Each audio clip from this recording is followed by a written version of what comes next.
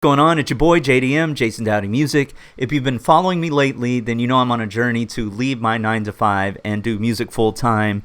Just follow the hashtag no 9 to 5 by 2028 if you want to see that journey. Follow it from beginning to end.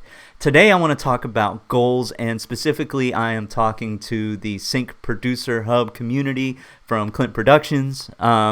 So I saw some of your goals in the group. I thought they were pretty cool, back in January when everybody was setting their yearly goals, and that motivated me to do the same. My problem is, and I don't know if anybody else has this problem, is that I tend to try something for 3 or 4 months. If it doesn't work out, I go on to another thing, right? I'm always kind of chasing the shiny object.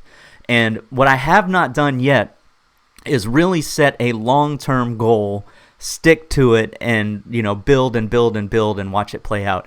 And I think it's really tricky with sync music because it takes so much time for it to develop and to snowball, but that snowball can happen.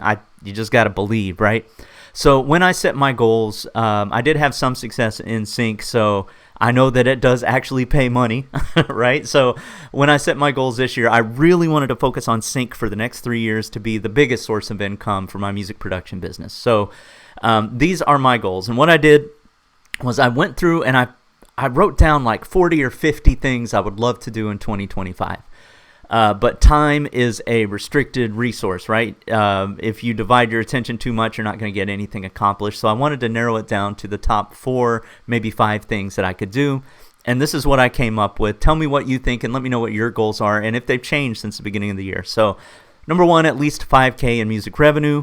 There are a lot of different ways to get there. I plan to get there and may have to pivot a little bit in the middle of the year, but I'll go more in depth on that.